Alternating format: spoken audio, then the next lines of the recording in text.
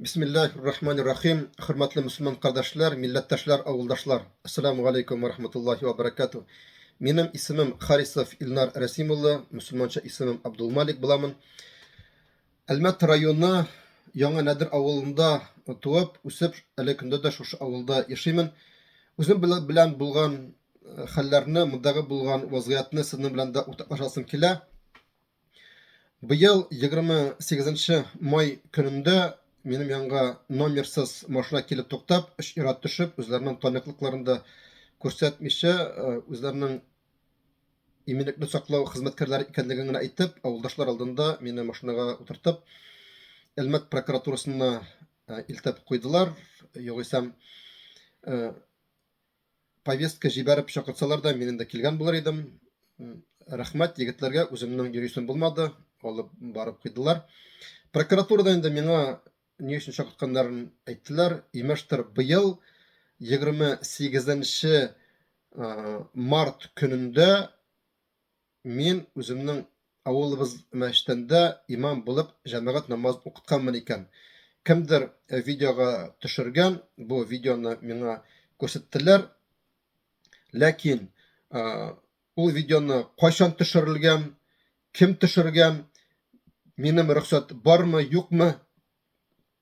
Һәм дә әле бит мин ул мәчеттә 10 ел дәврендә имам булып торган идем. Бәлкем шул вакытта төшерелгәндер. Аны төгәлләп әйтмәделәр. Хәзер инде миңа мәчеттә намаз укытырга ярамаганлыгын әйттеләр.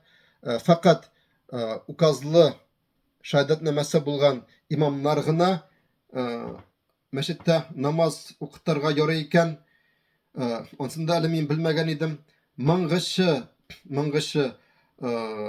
җомга хутбасын, җомга намазын укыткан өчен шушы хөкем ителгән очраклар булган, яки шулай ук безнең мәзһәб буенча укытылмаган өчен, шушындый хөкем ителгән булганнар.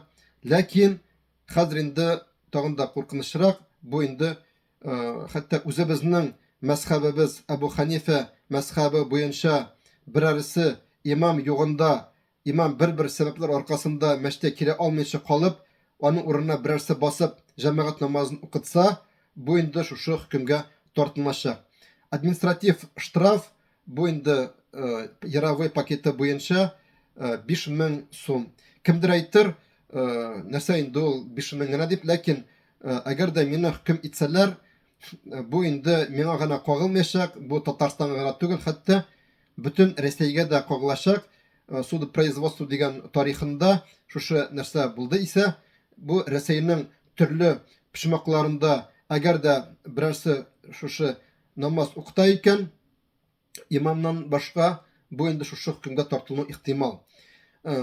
Иминлекне саклау хезмәткәрләре әйтүе буенча, алар инде хәзрәтегездән сорадык ди, ул сиңа рөхсәт бирмәдем дип әйтте ди.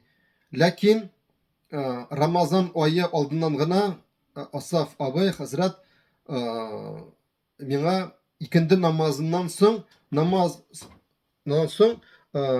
вагаз сөйләрсең әле дип әйткән иде, сораган иде, ләкин мин аңарга Әлмәт мөхтәсибәтеннән рөхсәт кәгазь алып кайт, шуннан соң сөйләрбез дигәч, мин сиңа үзем тулаем рөхсәт бирәмен дигән иде, ләкин кәгазь булмагач мин инде вагазлар сөйләмәдем.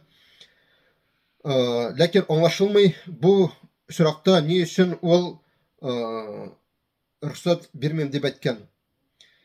Шулай ук аңлашылмый, хәзерге шушы заманада ни өчен Корбан бәйрәме алдыннан мөселманнарга менә шушындый нәрсә ясап маташалар.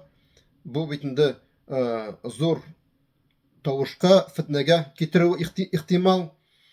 Без инде өметләнәбез, бу хөкем булмас дип, гадел хөкем булыр дип. Иншалла, барчаларыгызга да, җегетләргә дә, видео төшерүчеләргә дә рәхмәт. Аллаһ Тәгалә үз җәзасын сезгә насыйп итсен. Игътибарыгыз өчен рәхмәт. Киләсе яңалыкларны шулай әйтеп торырмын. Ассаламу алейкум ва рахматуллахи ва баракатуху.